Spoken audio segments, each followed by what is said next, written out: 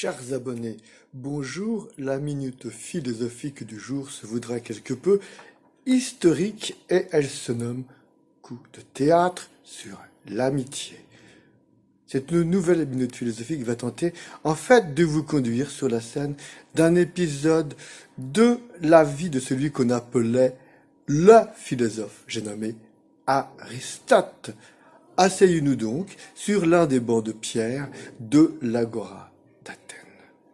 Le maître se faisait âgé, mais tous avaient honoré de leur présence sa mystérieuse invitation. Le ton de la missive personnalisée tenait tellement de la convocation. Le célébrissime penseur avait voulu rassembler tous ceux qui le fréquentaient, depuis la création de son lycée et qu'il appelait à présent ses amis. Aujourd'hui, à l'agora, les esprits étaient en alerte. Le grand Aristote lui-même devait leur faire la révélation de sa vie. Chacun s'était paré de sa toge la plus luxueuse, par respect pour l'auteur des meilleurs traités de physique, de métaphysique, de biologie et même de morale. D'aucuns émettaient déjà des hypothèses sur la teneur du coup d'éclat annoncé. Le philosophe n'avait-il pas déjà bouleversé notre conception de l'univers?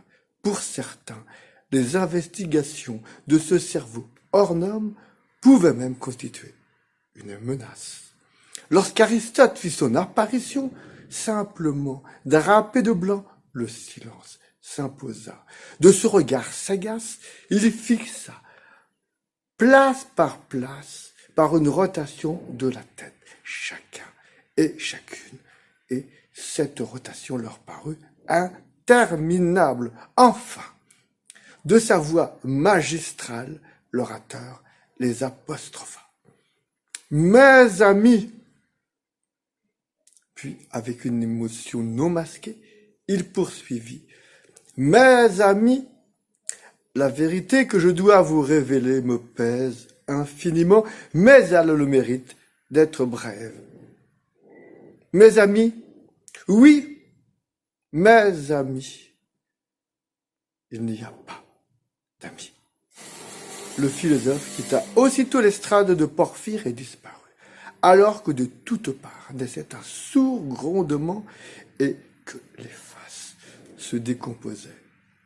Ne voyez-vous pas en Aristote comme le prophète de nos réseaux sociaux, qui sont comme notre nouvelle agora mondialiste? On se flatte d'y compter des centaines d'amis. Certains se croient même amants puisqu'ils vous like, ils vous aiment à grands coups de clic sur votre cœur iconique. Ironique ce cœur, me répondrez-vous. Laissez passer quelques années et mettez tous ces amis sur les deux plateaux de la balance. Que pèsent ceux qui sont restés à votre écoute quand vous avez traversé un coup dur, quand votre santé ou vos finances les ont appelés à l'aide? Sûrement un poids-plume asymptotique, au néant. On nomme en anglais ces présupposés amis des followers. J'aime claironner ici que là que mieux vaut un vrai lover que 10 faux. N'avons-nous pas envie de dire sur notre propre story la même chose qu'Aristote? Mes amis, oui, mes nombreux amis du net, il n'y a pas d'amis. C'est alors seulement qu'amitié et vérité se rencontreront avec les faux et les vrais lovers. À followers, faux semblants et faux amis, je dirais donc. Et pour tout vous dire, les vrais amis, je ne les like pas. Je les adore. Chers abonnés, chères auditrices, chers auditeurs, je ne dirai pas chers amis. À très bientôt.